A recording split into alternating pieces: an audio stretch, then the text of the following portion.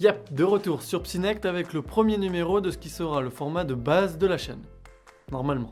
Enfin, ce sera plutôt un anti-format, un genre de vrac où je mettrai tout ce qui ne rentre pas là ou là. Et pour commencer tout ça et se faire une idée de ce que va être ce format, rien de tel que s'attaquer directement au processus qui rentre en jeu quand on se fait une impression de quelqu'un ou de quelque chose que l'on ne connaît pas encore.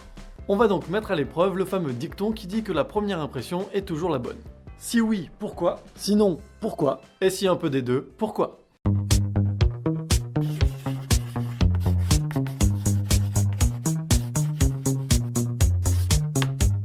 Avant de rentrer dans le vif du sujet, je vais profiter du fait que vous soyez encore un peu naïf pour vous proposer une petite expérience. Il faut que nous fassions une expérience. Quoi? Une expérience? Et oui, ceux qui sont nés une année paire, vous cliquez là. Ceux qui sont nés une année impaire, les autres, vous cliquez ici. Si vous voulez pas faire l'expérience, ce n'est pas très grave, vous comprendrez quand même la vidéo, c'est juste que du coup vous pourrez pas comparer vos résultats à ceux des autres. Donc c'est quand même mieux de cliquer là. Bon, j'espère que vous avez fait l'expérience parce que maintenant on attaque la suite. Souvent on est plutôt pas mauvais pour se faire une brève impression de quelqu'un sur quelques caractéristiques particulières, genre l'extraversion, l'anxiété, la dépression, la performance professionnelle, le statut social, la confiance en soi, ou de façon générale tous les traits de caractère qui sont souvent liés au physique, du genre plus on est beau, plus on a de probabilité d'avoir confiance en soi, et inversement. Oh, plus beau que ça, tu meurs. Ce qui nous est le plus utile pour ces impressions, c'est le visage. Avec le corps, c'est mieux, et si en plus on écoute ce que la personne raconte, c'est pas mal aussi.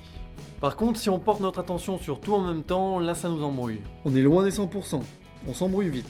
Ça concerne des caractéristiques limitées. Ouais, ça va bien pour les 30 premières secondes, mais après si on veut une impression plus fiable, ça devient bof utile quand même. Bon après, faut-il encore vouloir aller plus loin? Apparemment déjà pour les élections, ce n'est pas le cas, même pour les présidentielles. Des études ont montré qu'environ 70% des élections peuvent être prédites à la tête de vainqueurs des candidats. Il a une belle tête de vainqueur. Lors d'une de ces études, des enfants ont d'ailleurs prédit, entre autres, la victoire de Barack Obama. Rien que ça. Du coup, notre première impression comme quoi telle ou telle personne pourrait être un leader est effectivement la bonne.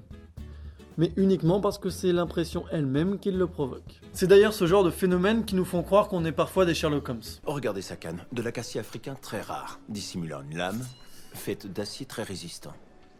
On décerna de telles cannes aux vétérans du conflit afghan. J'oserais donc assumer qu'il est un soldat décoré. Fort, courageux, né pour être un homme d'action.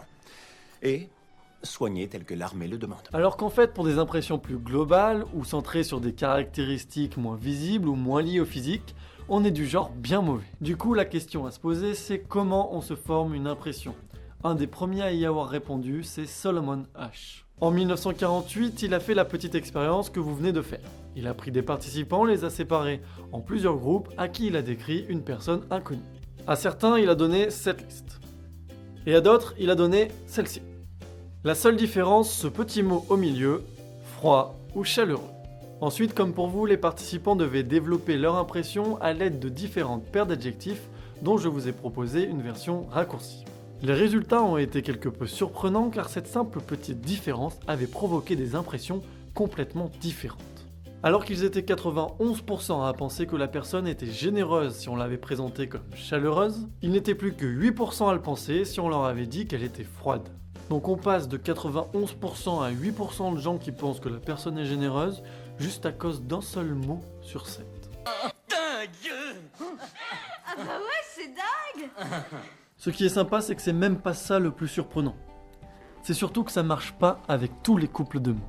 Par exemple, si on change chaleureux-froid par poli-impoli, il y aura des petites différences d'attribution, mais pour les deux, l'impression restera globalement positive. En fait, ces informations qui ont un gros impact dépendent surtout des personnalités de chacun et des contextes. Tous les traits de personnalité ne sont pas importants pour tout le monde et dans toutes les situations. H a conclu de tout ça qu'il va y avoir des traits centraux qui vont avoir une grosse importance dans notre formation d'impression et d'autres plus périphériques qui vont pas tant nous aider que ça. Nous, on va surtout conclure que se faire une impression, c'est un joyeux bordel et que si un rien influence tant que ça, notre première impression n'est sûrement pas la bonne. En plus, en matière d'impression, on n'est pas les rois de l'objectivité, on est même plutôt des grands optimistes. Vu qu'on cherche à avoir confiance, ou en tout cas qu'on aimerait pouvoir faire confiance aux gens que l'on rencontre, on va se créer des attentes positives que l'on va chercher à satisfaire. C'est une sorte d'idée que l'humain est individuellement bon par nature. Tout le monde Un niveau d'information égal, on va donc juger plus positivement un individu que quelque chose d'impersonnel.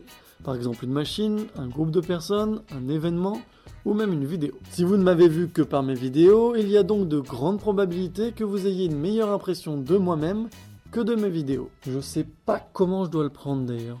Cette tendance, on l'appelle le biais personnel de positivité. Mais le fait de s'attendre à du positif implique une vigilance particulière, une sensibilité quelque peu accrue à la négativité. Une petite caractéristique ou un comportement négatif, et paf, on le remarque directement. Alors je ne vous dis pas qu'en plus cette caractéristique est centrale.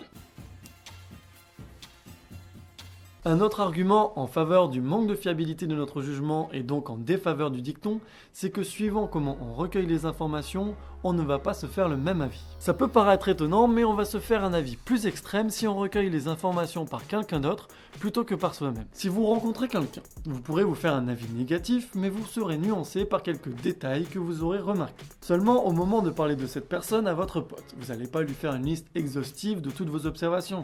Vous allez aller à l'essentiel, au pire vous lui direz que c'était un bon gros sans lui apporter toutes les nuances que vous avez remarquées. Une nuance que de toute façon il n'aurait pas retenue car pas vécue. Le commérage, ça n'a donc pas que le bon côté d'occuper les vieux les soirs d'hiver. Mais revenons à H. Il a aussi fait une autre expérience.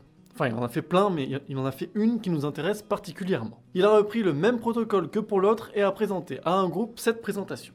Et à un autre groupe, celle-ci. Les deux semblent bien différentes, mais en réalité, la seule chose qui change, c'est l'ordre.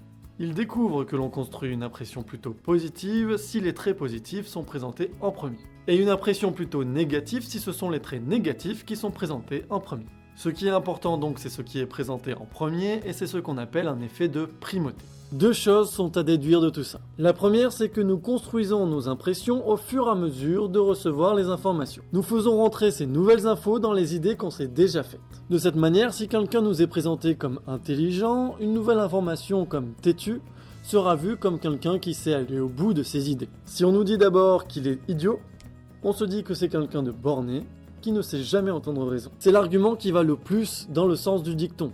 La première impression est souvent la bonne car on cherche plus à la confirmer plutôt qu'à la contredire. C'est une recherche de cohérence de l'impression, c'est ce qu'on appelle l'effet halo. Au final, seuls les traits centraux ont une importance qui concurrence les premières impressions. La deuxième chose à en conclure, c'est que si vous voulez vous faire bien voir, il faut envoyer le pâté dès le début et présenter vos défauts le plus tard possible. C'est pas bon, le but n'est pas de parler que de moi, mais comme ça tu me situes un peu. Je suis quelqu'un de très entreprenant, qui a beaucoup d'ambition et la volonté de faire des choses puissantes. Je suis quelqu'un de dynamique qui va de l'avant, pas le mec loser. Ouais. Moi je suis quelqu'un de très sportif je reste pas 2 minutes en place. Hein. Au mieux, vous vous faites un petit peu mousser par quelqu'un d'intermédiaire.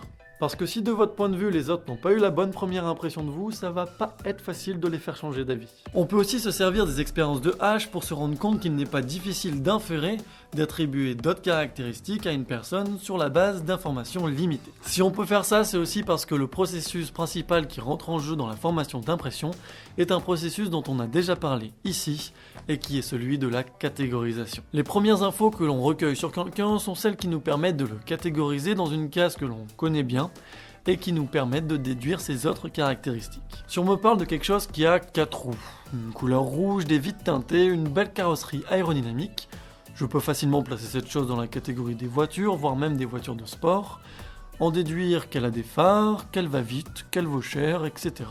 Sauf qu'elle ne marche peut-être même pas, que le moteur est HS ou que c'est peut-être simplement une voiture miniature. Mais ça, bien sûr, je ne m'en rends pas compte tant que je ne l'ai pas essayé ou vu de mes propres yeux. Mais ces vérifications demandent de l'énergie, il faut donc un intérêt à les vérifier, sinon on ne le fera pas. Et nous n'avons pas assez d'énergie pour vérifier toutes nos impressions. On a besoin de se faire des idées rapides, plus ou moins efficaces, pour réagir rapidement en société. Et en plus, on n'a pas besoin que tout le monde soit notre ami. Maintenant, si vous avez tout compris, résolvez cette équation. Le visage est le premier vecteur d'information. Ou alors souvent on se sert des médias pour recueillir ces premières informations. Ces premières informations nous aident à catégoriser, nous recherchons une cohérence autour de celle-ci. Et comme nous l'avons vu ici, nous sommes tous influencés par les stéréotypes.